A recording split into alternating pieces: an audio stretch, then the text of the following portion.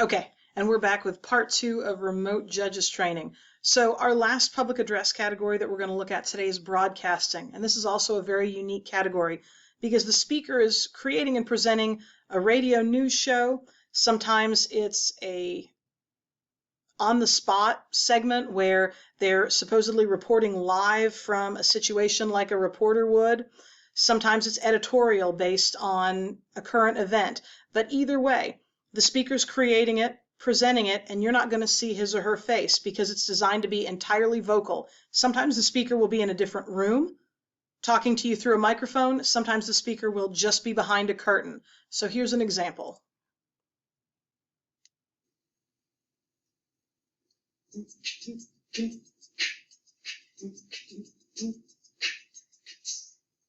And welcome back. If you're just tuning in, this is All Things Considered on NPR, National Public Radio. I'm Alex Siegel, and now to the news.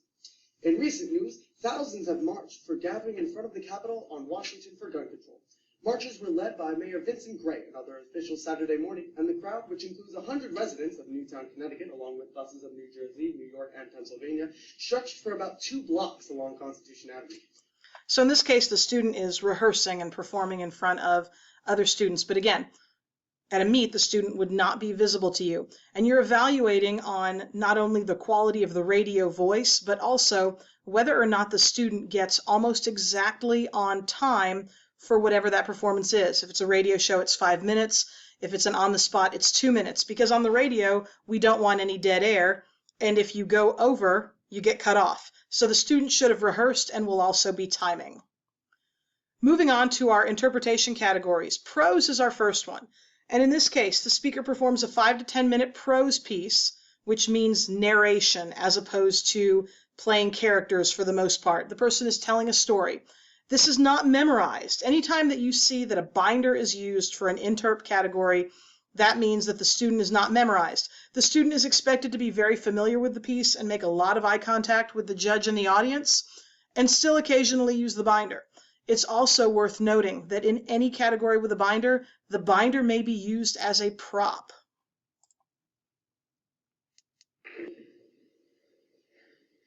Maybe you and I have already spoken, but we didn't exchange names. You might have told me yours, but mine never came up. You might have yelled at me or begged me to hurry or fallen asleep to the sound of my voice. You may have told me something really personal. I don't necessarily want to know people's secrets, and I certainly don't want them to know mine. I just like helping people. Life is full of mundane moments, but it's in the surprising ones that we truly discover ourselves. A young 911 operator travels the road of self-acceptance in Answering 911, Life in the Hot Seat by Caroline Baru. You'll notice that this speaker started with a teaser for her actual prose piece and then had an introduction embedded that gives the title, author, and an overview of the piece. This is normal in all interpretation pieces. Poetry. Same use of a binder, same use of the time, 5 to 10 minutes, but the speaker is going to weave parts of poems together, incorporating a central theme or making a certain point. Now, sometimes speakers will do a chunk of one poem, then another, then another. Sometimes individual lines of the poems will intersect, almost like different voices arguing. But you should notice a difference in the characterization of the speaker in each poem. I love cake. I can't be any clearer than that. I love cake. I could eat every cake in New York City. I can't even go into bakeries anymore. Because I'll eat all the cake. I'll say, where's the cake? I love cake. Get me some cake.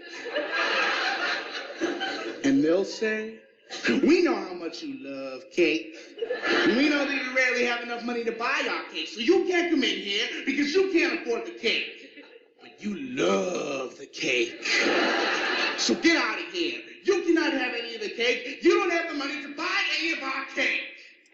Now, what you don't necessarily pick up on is those are two individual pieces of poetry that he's woven together. And the second one with the accent isn't actually about cake, the baked good. It's a reference to drugs, but he uses that to incorporate into his speech. Also consider that not all poems are traditional poems like we may have heard in high school where they rhyme and they're old. Spoken word poetry is becoming more and more popular, and sometimes it's difficult to tell the difference between poetry and prose. Not your job. You don't have to worry about it. Just enjoy the ride. Oh, sorry about that. Next slide. Dramatic and humorous interpretation. These are two different categories, and these are a lot of fun. The speaker memorizes and performs a 5 to 10 minute script playing every single character. Dramatic interp is serious and may actually make you cry in the room. Humorous interp is designed to be funny and might make you laugh out loud. The key here is that the speakers have to differentiate characters very clearly. You should see the difference between all of them.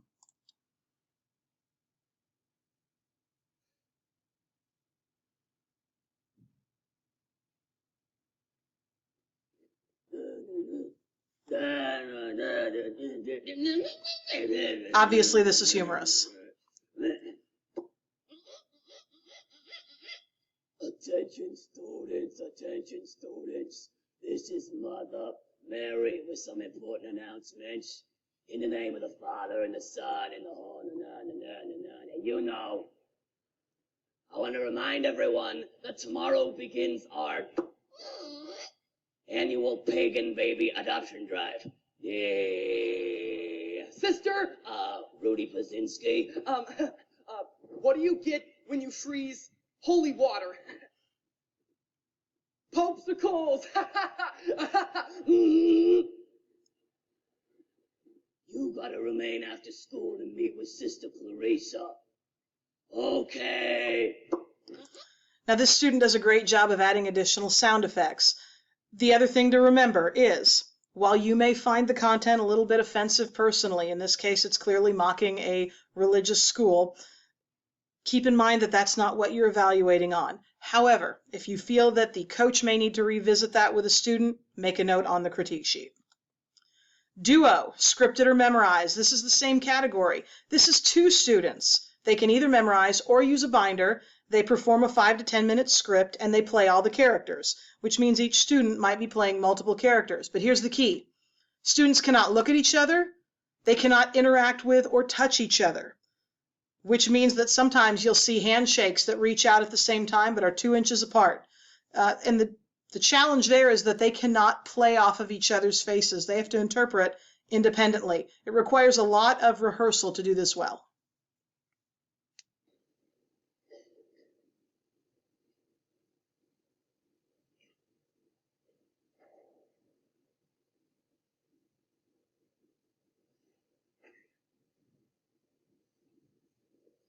Once upon a time, a long, long way away.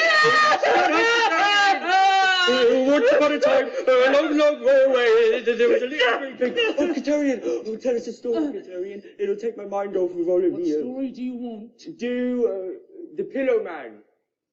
The Pillow Man? Mm-hmm. Let's see, how does that one start? Once upon a time. Once upon a time, there was a man who did not look like normal men. He was about 9 feet tall. And he was made up of all these fluffy pink pillows. His arms, his legs, even his head was a pillow. A circular pillow. Yeah, Yeah. circular. So you can see with their motions that they have carefully timed and rehearsed this so they don't actually touch and they don't actually look at each other, even though it looks like they do. Programmed oral interpretation is also a 5 to 10 minute program using a binder, but this is where students take prose, poetry, and interp, or drama pieces, to demonstrate a common theme. And these are woven together, again, similar to the poetry category.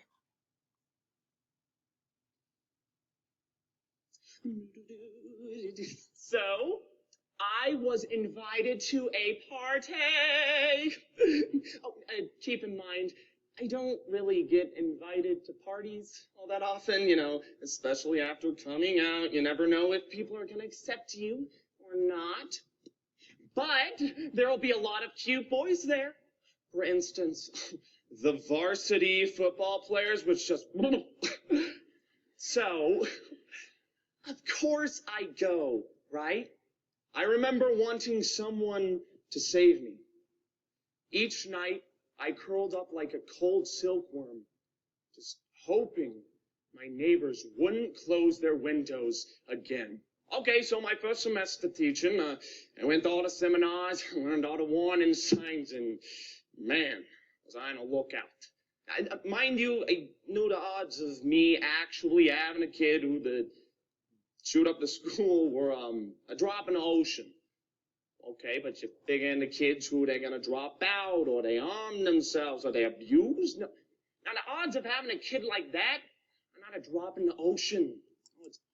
So in this case, you see all three of these pieces that this student brings together, and ultimately the point that he makes is about kids who are victimized, sometimes performing violent acts. And again, you might not necessarily agree with the thesis or the argument the student makes, but in this case, the student does quality differentiation between the characters, makes a legitimate point, and you'll note also use the binder as a prop, like a laptop. Original performance is kind of a wild card. This is where speakers write their own prose, poetry, interp, or duo piece, and then present according to the rules of that category. So all of these, you're evaluating the student on the quality of his or her writing, and you might have a prose speaker and a poetry speaker and a duo speaker all in the same round. It can be a challenge to evaluate against each other. However, you're still looking for the same qualities.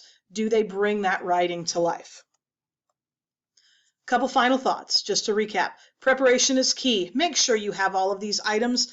You're not going to remember what each category requires when you walk in there, but that's what your manual is for. And of course, when you have questions, ask your coaches, ask other judges. There will always be veteran judges at meets to help you out.